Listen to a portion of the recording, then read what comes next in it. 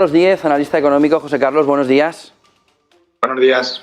Bueno, ¿cómo ves la fotografía de todo lo que está aconteciendo en Ucrania? Esa Reserva Federal ayer ya teniéndola dentro del discurso, y cómo puede afectar al crecimiento y también a la inflación.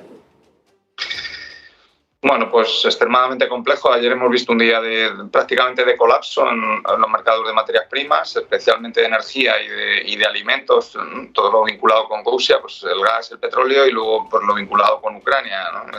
El trigo, el maíz, el carbón también, que Rusia es un gran exportador. Entonces, bueno, algo no encaja, José, ¿no? No puede estar el precio del gas a 200 euros el megavatio y el precio del petróleo a 120 y las bolsas estar estables, ¿no? O sea, porque lo que está marcando el precio del gas y el petróleo es una estanflación, y en una estanflación las empresas bajan sus beneficios porque baja el consumo, porque los trabajadores y los consumidores bajan su capacidad de renta por la inflación en términos reales, baja la inversión porque los márgenes de las empresas se ven afectados y te suben los tipos de interés. O sea que las tres variables reducen el beneficio y las bolsas deberían caer, ¿no? Entonces, o las bolsas caen con más intensidad, o el precio del petróleo y del gas y de las materias primas se modera.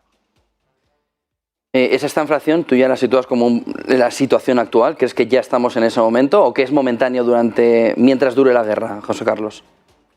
Bueno, va a depender mucho del precio que marquen las materias primas, porque eso va a determinar el nivel de inflación, ¿no? Por lo tanto, con esta volatilidad es difícil hacer cualquier escenario, pero lo que sí es evidente es que podemos decir que el precio del gas y del petróleo va a estar más alto de cómo estaba antes de la invasión de Ucrania, y estamos en niveles de inflación ya del 7% en Estados Unidos, cerca del 6% en Europa.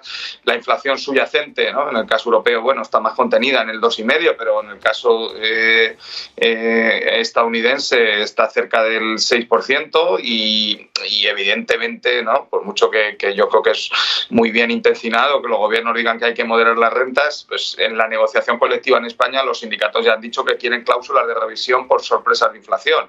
Eso en España con un 13% de paro. Imagínate en Alemania con un paro del 5%, o en Estados Unidos con un paro del 4%, ¿no? Por lo tanto, va a haber subidas de salarios en este año sí o sí.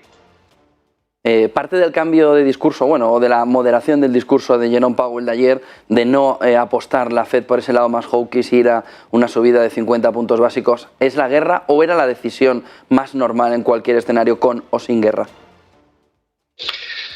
Bueno, nunca lo sabes, ¿no? Es verdad que ellos se guardaron el margen. Yo creo que es más prudente subir de 25 en 25 con este nivel de incertidumbre, sobre todo porque un temor de la Reserva Federal han hecho una política ultra expansiva de compra de deuda masiva y alteración de los precios de la deuda pública principalmente, ¿no? Los tipos de la deuda pública americana están muy bajos, y un movimiento muy brusco puede provocar una inestabilidad financiera y una crisis financiera. Por lo tanto, en esta situación con inestabilidad financiera, pues todavía el efecto de la inflación sería mayor, ¿no? Pero bueno, de nuevo, algo no encaja, ¿no? No puedes tener el petróleo a 115, 120 y el bono americano estable en la última semana, ¿no? O sea, los bonos deberían reflejar la inflación, por mucho que confíes en el Banco Central, pero no es capaz de controlar la inflación a medio plazo, ¿no? O sea, es verdad que tienen un buen Banco Central, tienen un buen equipo del Consejo de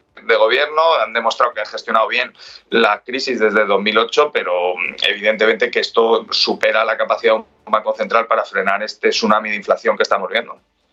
Comentabas esta inflación al inicio de esta entrevista. Ayer Larry Summers en Bloomberg hablaba de que el siguiente capítulo, si no consigue bien solucionar la situación de la Reserva Federal, es ir abocados a una recesión, sobre todo viendo el dato de Producto Interior Bruto de la Fed de Atlanta en el entorno del 0,15%. ¿Crees que el siguiente paso, si no se resuelve bien la consecuencia de tomar una decisión errónea, aunque sea muy difícil ser ahora mismo Jerome Powell o Christine Lagarde, puede ser la recesión? Bueno, riesgo hay, es evidente, ¿no? El PIB americano, quitando el efecto de los inventarios, que ha provocado mucha distorsión, ¿no? Con todo este tema de problemas de suministros, en el segundo semestre del año pasado creció muy poco, ¿no? Por lo tanto, si da otro primer trimestre muy bajo, eso se está produciendo con una normalización del mercado de trabajo y un crecimiento del empleo bastante intenso, ¿no? Por lo tanto, lo que estamos viendo es una compresión de márgenes empresariales y eso va a llevar a un frenazo de la inversión empresarial y eso lleva inevitablemente a una menor creación de empleo, ¿no? De momento, con la inercia que llevan las economías, ¿no? Pues hablar de recesión es un poco prematuro, pero evidentemente que, como dice Larry Summers, el riesgo está ahí.